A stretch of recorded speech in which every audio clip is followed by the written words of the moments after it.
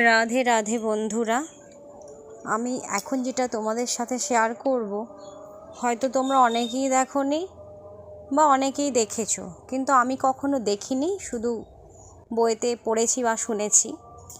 মশ বা ফার্ন জাতীয় গাছের পাতাতেই নাকি পরাগরেণু থাকে আর ওখান থেকেই বীজ হয় এবং বংশবিস্তার হয়।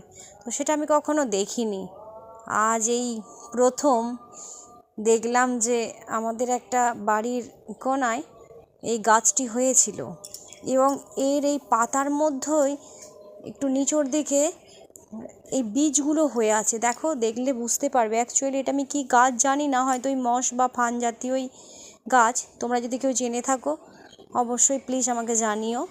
আর এর বীজটা দেখো, পুরো বুঝতে পারছো কি জানি না, দেখাবার চেষ্টা করছি। পুরো একদম দেখলে মনে হবে যেন ওই বীজটা একটু বড় বড় ধরনের, আর পুরো গায়ে সেই বড় বড় সোঁয়ার কাটার মতো রয়েছে। এটা আমি হাতেও নিয়েছিলাম, কোনো রকম ইচিং বা কিছুই হয়নি। তো এটা কে কে দেখেছো আমাকে জানিও প্লিজ। আর কেউ যদি গাছের নামটা জেনে থাকো সেটাও বলো। আজ নতুন জিনিস একটা দেখলাম ও তোমাদের সাথে শেয়ার করলাম।